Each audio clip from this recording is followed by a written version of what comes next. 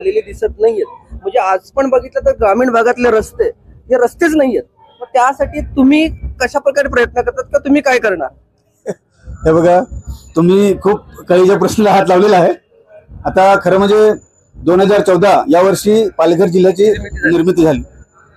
आता निर्मितीचा मुख्य उद्देश हाच होता की या बहुल आदिवासी जिल्ह्याचा विकास झाला पाहिजे. आणि विकास म्हणजे कसा, सर्वांगीण झाला पाहिजे.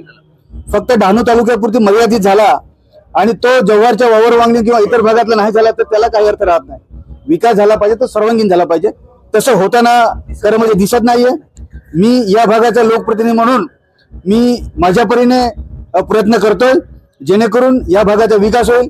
आता आपल्याला माहिती आहे 2019 मध्ये निवडून आल्यानंतर विधानसभेमध्ये गेल्यानंतर 2019 मध्ये कोरोनामध्ये 2-3 वर्ष निघून गेली. त्याच्यानंतर स्टेबल झालो की आता काहीतरी शासनाकडून निधी आणून विकास करावा. तेवढ्यात तर हे 50 खोकेवाले आमदार पळून गेले. ते सरकार 1 वर्ष राहिलं, 2 वर्ष मिळाली. त्याच्यामध्ये मी असं नाही म्हणणार की खूप काही केलं, पण काही प्रमाणामध्ये विकास कामं केली. मी माझ्या मतदारसंघापुरती बोलतो. तुमची अपेक्षा आहे, महाराष्ट्रातील एकमेव तुम्ही लाल सेनेचे आमदार आहेत, तडफदार आहेत, लोकांच्या खूप अपेक्षा आहेत खास करून डहाणू मतदारसंघातल्या. तर मला वाटतं तुम्ही त्यांना योग्य आणि याच्या पुढेही देणार. या 5 वर्षामध्ये आता अजून माझ्याकडे 5 वर्षाचा कार्यकाळ आहे. याच्यामध्ये जास्तीत जास्त शासनाकडून निधी आणून विधान भवन मधून म्हणा, शासनाकडून किंवा आपण पालघर DPTC मधून सुद्धा आणू आणि जास्तीत जास्त विकास कामं करण्याचा प्रयत्न आपण करूया.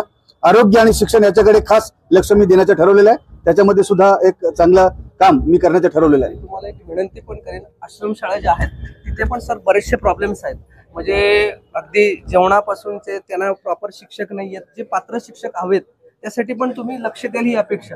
नाही, ते केलेलं आहे आपण. खरं म्हणजे पालघर जिल्ह्यामध्ये पेसा म्हणू किंवा इतर आरक्षण म्हणू, आपण नेहमी हा विषय उचलून धरलेला आहे की पालघर जिल्ह्यामध्ये सरकारी सेवेमध्ये कोणतेही डिपार्टमेंट असेल तरी सुद्धा माझ्या पालघर जिल्ह्यातला भूमिपुत्र त्या ठिकाणी याच्यामध्ये सेवेमध्ये यावा, ही आपली भूमिका आहे. आणि तुम्हाला माहिती असेल, कदाचित कल्पना असेल की पेसाचा विषय हा नेहमी मी उचलून धरलेला आहे.